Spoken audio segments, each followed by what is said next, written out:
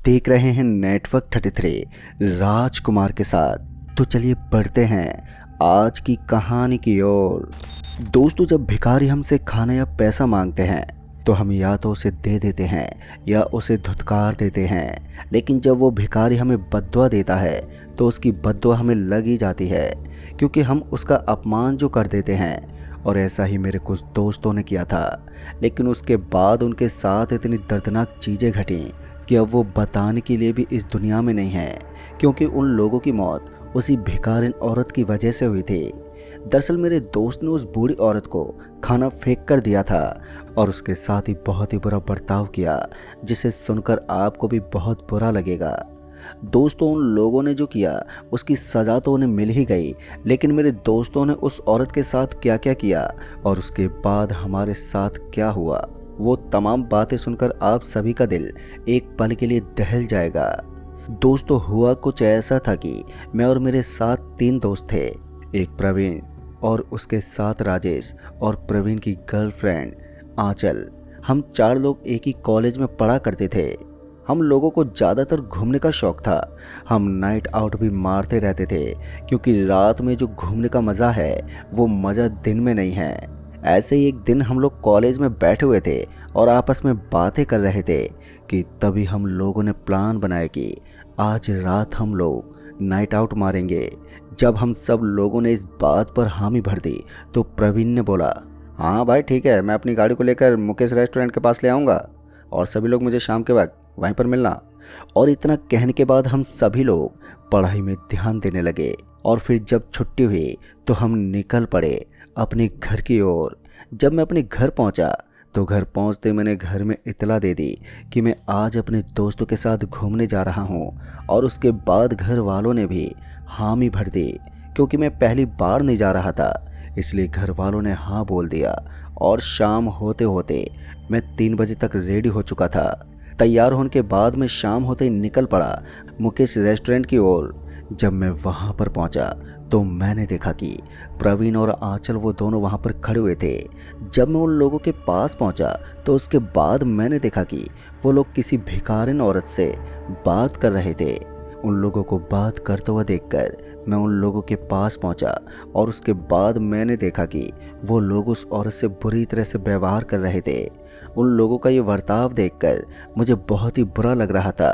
दरअसल मैं देख रहा था कि जब वो भिखारन उन लोगों से खाना मांग रही थी और उसके बाद प्रवीण गाड़ी से खाना निकालकर उस खाने को वहीं नीचे फेंक कर दे रहा था और उसके बाद उसे बुरी तरह से बोलता, ये ले उठा ले खाना, खा ले इसे। प्रवीण की ये हरकत देखकर मुझे गुस्सा तो बहुत आया, और जब मैं गुस्से में उसके पास पहुंचा तो उसने कहा, तू चुप रह यार, जो मैं कर रहा हूँ मुझे करने दे। मैंने अभी उससे इतना ही कहा था कि तभी प्रवीण ने खाने को उठाया और उसके बाद अपने पैरों के नीचे मसल दिया, और उसके बाद उसने उस भिखारन से बोला, ले उठा ले, खा ले इसे। प्रवीण ने अभी उस भिखारन से यही कहा था कि तभी वो भिखारन रोने लगी। उस भिखारिन की ये हालत देखकर मुझे बहुत ही तरस तो आ रहा था, लेकिन मैं उसके लिए कुछ कर भी नहीं पा रहा था। अभी मैं प्रवीण को ये सब करता देख रहा था कि तभी आंचल ने बोला, अरे अरे यार, ये क्या कर रहा है तू, ऐसे कौन करता है, देख मैं बताती हूँ कैसे खाना देते हैं इन लोगों को। इतना बोलने के बाद आंचल ने गाड़ी से कुछ खाने को निकाला और उसके बाद गाड़ी के ऊपर रख दिया, और उसके बाद उसने उस भिखारिन को बोला, लो अम्मा खा लो। और इतना कहने के बाद उस भिखारन के आंसू रुक गए, और उसके बाद जब वो भिखारन खाना लेने के लिए आई और उसके बाद वो खाने को उठाने वाली थी कि तभी आंचल ने उस खाने को गाड़ी से नीचे फेंक दिया। जैसे ही आंचल ने खाने को गाड़ी के नीचे फेंका कि तभी उस वक्त मेरा दिमाग घूम गया। मैंने आंचल के बारे में अच्छा सोचा था, मगर उसने मेरी सोच को गलत साबित कर दिया था। उन दोनों को उस भिखारन के साथ ऐसा करता देख मुझे गुस्सा तो बहुत आया, जिस पर मैंने उससे बोला, भाई यार ऐसा क्यों कर रहे हो, चुपचाप दे दो ना उसे खाना, अगर नहीं देना है तो मत दो, कम से कम उसे परेशान तो मत करो। जब मैंने उन दोनों को ये बोला कि तभी उन दोनों ने मुझसे कहा, तो चुपचाप खड़े होकर देख। जब उन लोगों ने मुझसे ये बोला तो मैं चुप हो गया। दरअसल मैं अपने दोस्तों में सभी से कम पैसे वाला था, इसलिए मुझे वो लोग जो कहते मैं उनकी बात मान लेता था, और फिर उसी तरह मैंने भी इस बार बात मान ली। और उसके बाद मैं चुपचाप खड़ा होकर उन लोगों को देखने लगा क्योंकि मेरे पास कोई और चारा नहीं था कि मैं उस भिखारन की मदद कर सकूं। क्योंकि मेरे पास पैसे भी नहीं थे जो मैं उस भिखारन को दे सकूं। मुझे उसके लिए बुरा तो बहुत लग रहा था, लेकिन मैं चाहकर भी उसके लिए कुछ कर नहीं पा रहा था। मैं अभी अपने दोस्त राजेश के आने का इंतज़ार कर रहा था कि तभी मैंने देखा कि राजेश मुझे सामने से आता हुआ दिखाई दिया। राजेश को देखकर मैं बहुत खुश हुआ, क्योंकि राजेश ही वो ऐसा लड़का था जो इन लोगों को समझा सकता था। जब राजेश आया तो उसके बाद मैंने उसे सारी बात बताई और उसके बाद उसने कहा, क्या यार तुम दोनों ये क्या कर रहे हो, चलो गाड़ी में बैठो, निकलना नहीं है। राजेश ने जब उन दोनों को ये बात बोला तो उसके बाद मुझे लगा राजेश इनको समझा रहा होगा, पर राजेश ने जो अब किया उसे देखकर तो मुझे और भी ज़्यादा गुस्सा आ गया। राजेश ने उस भिखारन को धक्का मारते हुए कहा, चल बुढ़िया निकल यहाँ से। उस भिखारन के साथ ये बर्ताव देखकर मुझे उस पर बहुत ही तरस आ रहा था। जब राजेश ने उस बुढ़िया को धक्का दिया और उसके साथ ही उसने कहा, चलो भाई सब गाड़ी के अंदर बैठो, अब निकलते हैं। राजेश ने जब सबको गाड़ी के अंदर बैठने को बोला कि तभी उस भिखारन ने राजेश को कहा कि जैसे तुम लोगों ने मेरे साथ किया है, आज तुम लोगों के साथ उससे भी ज़्यादा बुरा होगा। उस भिखारन की ये बद्दुआ सुनकर तो वो सभी लोग उस भिखारन पर चिल्ला उठे और उसके बाद उन्होंने कहा कि भाग यहाँ से, नहीं तो हम तुझे इसी गाड़ी के नीचे कुचल देंगे। और इतना कहने के बाद वो सब लोग गाड़ी के अंदर बैठ गए और मैं भी इन लोगों के साथ गाड़ी के अंदर आ गया। गाड़ी के अंदर आने के बाद प्रवीण ने गाड़ी को स्टार्ट किया और उसके बाद गाड़ी को आगे बढ़ाया। अभी प्रवीण गाड़ी को आगे भगा ही रहा था कि तभी राजेश ने कहा कि अरे यार तुम ऐसे लोगों से मुंह क्यों लगते हो। राजेश के इतना बोलते ही मैंने उससे कहा, भाई तूने भी उसके साथ वही किया जो इन दोनों ने किया। मैंने अभी राजेश को यही बोला था कि तभी उसने कहा, अच्छा तो फिर तू ही उसकी मदद कर देता अगर इतना बुरा लग रहा है तो। जब राजेश ने मुझसे ये बोला तो मैं चुप हो गया, क्योंकि मैं जानता था कि अगर मैंने ज़्यादा बहस की तो हो सकता है कि ये लोग मुझे यहीं पर उतार दें। इसलिए मैंने अपना मुंह बंद कर लिया और उसके बाद गाड़ी के बाहर देखने लगा। अभी मैं गाड़ी के बाहर ही देख रहा था कि तभी प्रवीण ने कहा, यार एक काम करते हैं, पहले तो हम क्लब चलते हैं, उसके बाद ही हम घर आएंगे। प्रवीण की ये बात सुनने के बाद हम सब ने कहा, हाँ हाँ यार तू सही बोल रहा है। फिर जब हम लोग क्लब पहुंचे तो उसके बाद हमने काफ़ी एंजॉय किया और फिर रात के ठीक 1:20 तक हम लोग क्लब से निकल गए। क्लब से निकलने के बाद जब प्रवीण ने गाड़ी को स्टार्ट किया तो उसके बाद मैंने देखा कि अब मौसम ने अपना रुख मोड़ लिया था। काले बादलों ने चांद को घेर लिया था और उसके साथ ही बिजली भी कड़कड़ाने लगी थी।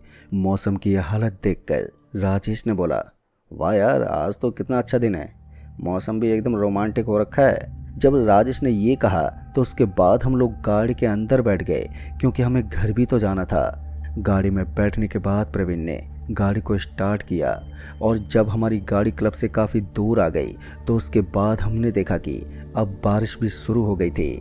बारिश को होता देख प्रवीण ने बोला, यार बारिश में लगता है गाड़ी चलाना थोड़ा मुश्किल होगा, हमें एक काम करना होगा, हमें पास में कोई होटल देखना होगा ताकि बारिश ख़त्म होने तक हम वहाँ पर रुक सकें। दरअसल प्रवीण ने नशा कुछ ज़्यादा ही कर रखा था, लेकिन मुझे और राजेश को गाड़ी चलानी नहीं आती थी, तो इसलिए हमने उससे कहा, हाँ हाँ ठीक है भाई। फिर इसके बाद जब कुछ देर तक हम लोगों ने उस रास्ते पर देखा तो हमें कोई भी होटल नज़र नहीं आया। फ़ोन में भी हमने काफ़ी सर्च किया तो भी हमें कोई भी होटल नहीं दिखा, जिसके चलते हमें लगा कि हम लोग ये कौन से रास्ते पर हैं। अभी हम लोग आपस में यही सब बातें कर रहे थे कि तभी अचानक से हमारी गाड़ी रुक गई। हमारी गाड़ी जहाँ पर रुकी हुई थी वो रास्ता पूरा जंगल से घिरा हुआ था। हमें उस वक्त कुछ भी समझ में नहीं आया कि आखिर गाड़ी कैसे रुक गई। अभी प्रवीण गाड़ी को स्टार्ट करने की कोशिश ही कर रहा था कि तभी मैंने प्रवीण से कहा, अगर गाड़ी स्टार्ट नहीं हो रही है तो एक बार जाके गाड़ी चेक कर ले। जैसे ही मैंने ये बोला कि तभी प्रवीण गाड़ी से नीचे उतर गया और उसके बाद वो गाड़ी को चेक करने लगा। अभी हम तीनों लोग गाड़ी के अंदर ही बैठे थे कि तभी हमें एक चीख की आवाज़ सुनाई दी और वो चीख किसी और की नहीं बल्कि प्रवीण की ही थी। जब उसकी चीख को सुनने के बाद हम बाहर निकले तो हमने देखा कि प्रवीण एक पेड़ पर झूल रहा था और उसके साथ ही उसकी आंखें भी अब बंद हो गई थी। बारिश भी अब ना के बराबर ही हो रही थी, लेकिन जब हम प्रवीण के पास पहुंचे तो हमने देखा कि प्रवीण अब मर चुका है। हम लोग उस वक्त बहुत ही ज़्यादा दहशत में आ गए थे कि आखिर ये सब प्रवीण के साथ कैसे हो गया और ये सब किसने किया है। अभी हम लोग यही सब सोच रहे थे कि तभी मैंने उन दोनों से बोला, देखा तुम लोगों ने, ये ज़रूर सी भिखारिन औरत की वजह से हुआ है। जब मैंने उन लोगों से ये कहा तो उन्होंने मुझसे कहा कि अगर ऐसा है तो फिर तो हम भी नहीं बचेंगे। और इतना कहने के बाद हम लोग वहाँ से भागने लगे। जब हम लोग वहाँ से भागने लगे तो मैंने उनसे कहा कि भागने का कोई भी फ़ायदा नहीं है भाई, हमें कोई छुपने की जगह ढूंढनी होगी, क्योंकि अगर हम इस रास्ते पर भागते रहे तो हम भी मारे जाएंगे। जब मैंने उन लोगों से ये कहा तो उसके बाद उन्होंने कहा अच्छा भाई, तो फिर हम क्या करें अब, क्योंकि वहाँ पर ना तो किसी का कोई घर दिख रहा था और ना ही कोई गाड़ी गुजर रही थी। अभी हम अपने आसपास ही देख रहे थे कि तभी मुझे सामने से एक रोशनी आती हुई दिखाई दी।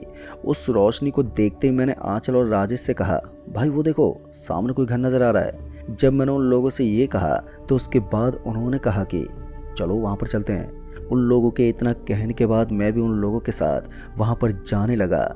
जब कुछ देर के बाद हम लोग वहाँ पर पहुँचे तो हमने देखा कि वो एक छोटा सा ढाबा था और उस ढाबे पर मुझे कोई भी नज़र नहीं आ रहा था।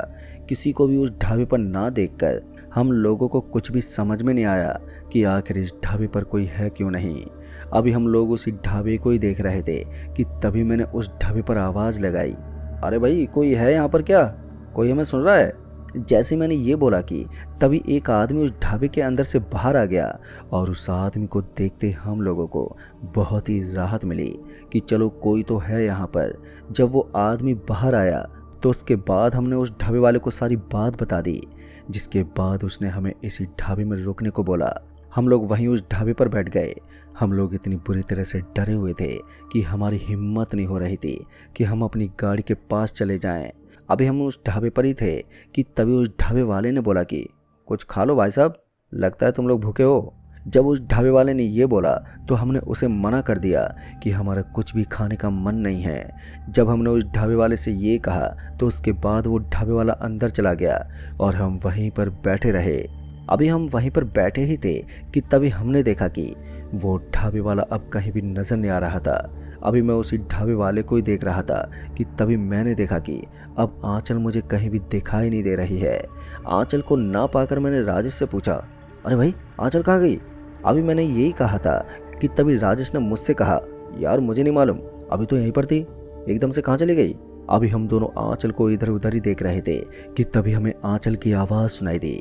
आंचल की आवाज़ को सुनते ही जब हमने ढाबे के अंदर देखा तो हमने पाया कि आंचल की आवाज़ ढाबे के अंदर से आ रही है। और इसी के चलते जब मैं और राजेश ढाबे के अंदर घुसे तो हमने पाया कि वो ढाबे वाला आंचल को मांस खिला रहा था। आंचल की यह हालत देखकर हम दोनों की रूह कांप रही थी और इसके साथ ही वो ढाबे वाला अब बहुत ही ज़्यादा भयानक बन चुका था। उसे देखकर तो हमारी पैंट गीली होने लगी थी और अभी हम वहीं पर डरे सहमे खड़े हुए आंचल को ही देख रहे थे कि तभी आंचल ने कहा, भाग जाओ यहाँ से, नहीं तो तुम भी मारे जाओगे। आंचल ने जब हमसे ये बोला तो उसके बाद हम दोनों बहुत ही ज़्यादा डर गए। हमें समझ में नहीं आया कि हम करें तो करें क्या। अभी हम दोनों यही सब सोच रहे थे कि तभी उस ढाबे वाले ने आंचल का गला काट दिया। दोस्तों ये नज़ारा देखकर तो हमारी आत्मा तक कांपने लगी थी। हम दोनों बुरी तरह से डर गए थे और डर के मारे हम दोनों वहां से भागने लगे। अब हम दोनों अपनी कार के पास आ गए थे, लेकिन सबसे हैरानी वाली बात तो ये थी कि प्रवीण अब हमें उस पेड़ पर झूलता हुआ नजर नहीं आ रहा था, जिसके चलते मैंने राजेश से कहा कि यार प्रवीण कहाँ गायब हो गया। कुछ देर पहले तो वो इसी पेड़ पर लटका हुआ था और अब वो कहीं भी दिखाई नहीं दे रहा है। जब मैंने राजेश से ये कहा तो उसने कहा, भाई मुझे मालूम है उस भिखारिन ने ये सब किया है, वो भिखारिन नहीं थी बल्कि कोई डायन होगी। अभी राजेश ने मुझसे यही कहा था कि तभी अचानक से मुझे आंचल की और प्रवीण की चीख सुनाई दी। प्रवीण और आंचल की चीख सुनकर हम दोनों तो बुरी तरह से घबरा गए थे। हमें कुछ भी समझ में नहीं आ रहा था कि हमारे साथ ये सब क्या हो रहा है। अभी हम दोनों यही सब सोच रहे थे कि तभी मैंने राजेश से कहा, भाई अगर तुम लोगों ने उस भिखारिन के साथ ऐसा नहीं किया होता तो आज हमारे साथ ये सब नहीं हो रहा होता। जब मैंने राजेश को ये बोला तो उसे भी इस बात का अफसोस हो रहा था, लेकिन अब वो कुछ भी नहीं कर सकता था, जिसके चलते अब हम दोनों किसी गाड़ी के आने का इंतज़ार कर रहे थे। हम दोनों गाड़ी के अंदर जाकर बैठ गए और उसके बाद गाड़ी के शीशे को बंद कर लिया। हम दोनों बुरी तरह से घबराए हुए थे। अभी हम दोनों गाड़ी के अंदर बैठे हुए थे कि तभी एकदम से गाड़ी के बाहर से किसी की आवाज़ सुनाई दी। किसी की आवाज़ को सुनने के बाद राजेश ने कहा, भाई ये आवाज़ तो प्रवीण की लग रही है, लगता है प्रवीण अभी जिंदा है। राजेश को मैंने समझाया, भाई ये प्रवीण की आवाज़ नहीं है बल्कि उसी ढाबे वाले की कोई चाल होगी। हमारे लिए बेहतर होगा कि हम दोनों गाड़ी के अंदर ही बैठे रहें। लेकिन राजेश ने मेरी बात नहीं मानी और उसके बाद वो गाड़ी से बाहर निकल गया। जैसे वो गाड़ी से बाहर गया कि तभी मुझे उसकी एक ज़ोरदार चीख सुनाई दी। उसकी चीख को सुनते ही मेरी हालत अब पतली होने लगी। मैं डर से कँपाने लगा था। मैं मन ही मन उस भिखारन औरत से माफ़ी मांगने लगा कि मैंने आपके साथ कुछ भी गलत नहीं किया है, तो आप मेरे साथ कुछ भी ना करें। और साथ ही मैं भगवान का नाम जपने लगा। दोस्तों, उस रात में इतना ज़्यादा डर गया था कि मैं गाड़ी में ही बेहोश हो गया। और फिर जब मेरी आँख खुली तो तब तक सुबह हो गई थी। सुबह होते मैं वहाँ से निकल पड़ा। पर दोस्तों, जब मैं अपने घर आया तो तब जाकर मेरी जान में जान आई। अगर मेरे दोस्त उस भिखारन के साथ कुछ गलत नहीं करते तो आज वो भी जिंदा होते। लेकिन मुझे आज तक उस ढाबे वाले का कुछ भी अता पता नहीं चला। हालांकि पुलिस वालों ने भी इसकी काफ़ी जांच पड़ताल की, लेकिन उनके हाथ कुछ भी नहीं लगा। तो दोस्तों, इस कहानी में बस इतना ही। तो मैं जल्द ही मिलूंगा ऐसी एक और डरावनी भूतिया कहानी के साथ। तब तक के लिए बने रहिए नेटवर्क 33 में राजकुमार के साथ।